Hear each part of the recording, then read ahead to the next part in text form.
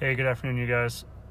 I just wanted to hop on here really quick while I had a minute or two before I go in and pick up my daughter and share some of my thoughts on President Trump deciding to leave the Iran deal today, as well as some other things.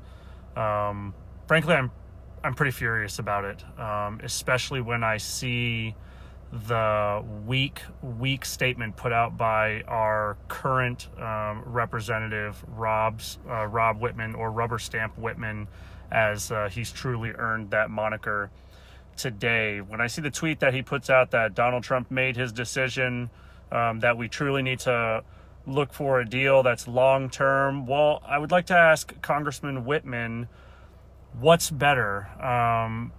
A deal that prevents all these bad things from happening 10 years from now, that we can work towards finding those solutions in 10 years, or leaving that deal and allowing all these things to come into place right now, because that's exactly what we have. And I find it highly ironic that for a deal that would ensure us some forms of protection for 10 years, a sitting congressman is complaining about that. Somebody who hasn't been able to pass a budget since 2009. He can't look farther than his next meeting with his corporate donors. He can't look farther than that, but he wants to talk to us about finding a long-term deal. Give me a break, Rob Wittman. That is just absolutely ridiculous. And it's the last line of the tweet that he put out that leaves me just absolutely furious. And it's where he says, now more than ever, we need to invest in rebuilding our military. It is disgusting to know that for a man who has never served in the military, the man who's never put his own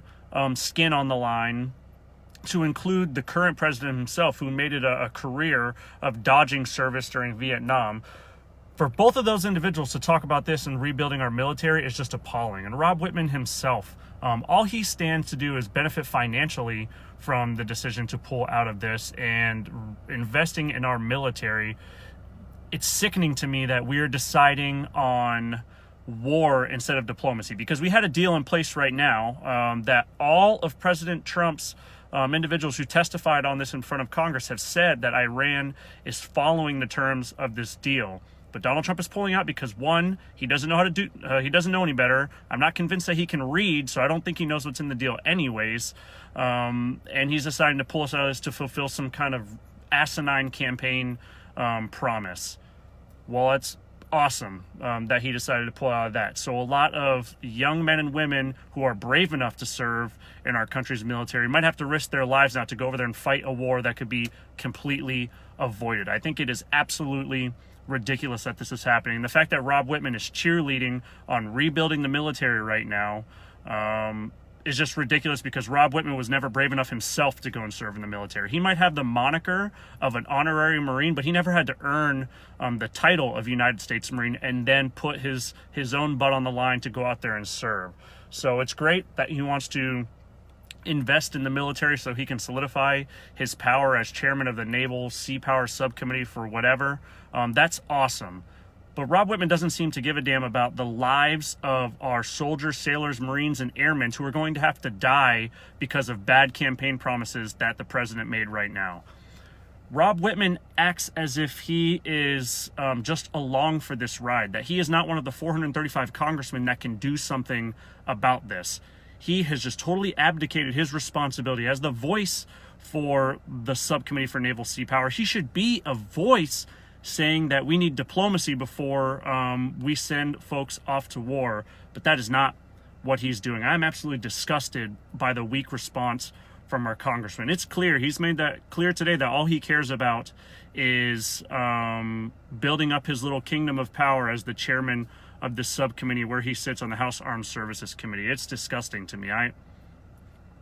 My wife could go back off to war because of the horrible campaign promises this president made, because we have a congressman who's not brave enough. I got it. Rob Wittman wasn't brave enough to serve in the military, but I thought he would be brave enough to stand up against some of the feckless and dangerous things that this president is doing. But I guess I've learned that it's too much to even respect that of him. I'm extremely disappointed in this decision, and anytime I see people happy that we're going to have to use military options instead of diplomacy, I can guarantee so many of those people have never served. They've never put their butts on the line and seen the consequences of what can happen. Rob Wittman just sits there as the chair of this subcommittee, but he has never himself had to put his own butt on the line, and that is so clear right now. On that note, I want to transition away from that and voice something. You guys know combating sexual assault is a huge part of our campaign's platform. I fight to combat sexual assault, sexual harassment, and our country's culture of sexual violence just as hard as I do for single-payer health care or improving our public school system or building an economy that works for all Americans or broadband or the environment. This is just as important as those other five priorities. And the allegations that came out against Attorney General Eric Schneiderman of New York, the Attorney General, I'm happy to see that he has resigned just a few hours after those came out. He will get his day in court, I'm sure. From there, they will get to prove him guilty or not. But we need to state definitively that we are not a party that will accept this. I hear so many people saying that Democrats and Republicans are exactly alike, and that is just not true. There is no Democratic equivalent of Roy Moore or Democratic equivalent of Roy Moore. There's no Democratic equivalent of Donald Trump. If you look at what they're doing there, you cannot point to a Democratic equivalent. People wanted to point at Senator Al Franken. He stepped down because of pressure that was put on him from sitting congressmen and sitting senators. Now, look at the governor of Missouri right now, accused of rape, accused of sexual assault, accused of all these other things. He is pending trial in his home state of Missouri right now, and the Republican Party is standing behind him. You cannot show me false equivalency for this issue. It's just not there. There are some areas that we have the absolute moral high ground on, and we need to take a stand there. And this is one of them. This is why I fight so hard for this issue. And it's unacceptable. The New York Attorney General, I'm glad that he has resigned. He can face his day in court. That's fantastic. But we have to make it clear that this kind of behavior is not acceptable in this Democratic Party. It's not acceptable in our party's leadership, and we need to continue to hold people accountable for that.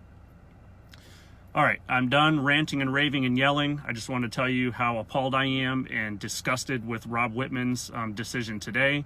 Absolutely unacceptable for someone in his position. I cannot wait to take his seat on November 6th. He needs to go.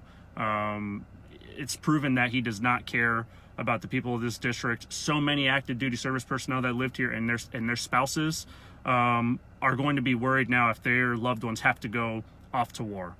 Rob Wittman doesn't have to worry about that because he's never served. Our current president doesn't have to worry about that because he actively avoided service. But hey, thankfully there are some brave men and women in this country who step up and make those kinds of sacrifices. I wanted to touch on the Attorney General news because that's so fresh, and I'm glad to see that within hours he stepped down. We need to continue to hold people accountable for that. I trust in the reporting that the New Yorker did, the New Yorker magazine did. They did their homework there, and that was some pretty impressive reporting. Thank you, Suzanne. I agree. He needs to go now. Thank y'all so much. Again, I will see you out on the campaign trail. If you have a chance, please give Rob Wittman a call. Please give his staff a call. Please send them a letter or write them an email or do something, because he needs to hear from us on this. When John Bolton stepped in as the National Security Advisor, we knew that these are what the next steps would be. And if you want to take this to the next logical step, why would North Korea be willing to make any sort of deal with the United States if we're just so willing to pull out of any agreement that we make? Because we are not being the irrational North Korea is not being the irrational actors here. The U.S. is. Why would anybody trust us to uphold some form of deal that we make when the next freaking administration can come in and roll that all back based off of nothing more than stupid campaign promises? The entire Trump presidency is made up of stupid campaign promises that we have to live through the consequences of right now. Thank y'all. I'm mad. I'm ready to get to work. We're going to be getting to work today. Please, please, please sign up and volunteer. We need to get to work. We need to do something about this. Rob Wittman needs to go, and we need a Congress that is not complacent, that is going to hold this president accountable. Thank you all. See you on the campaign trail.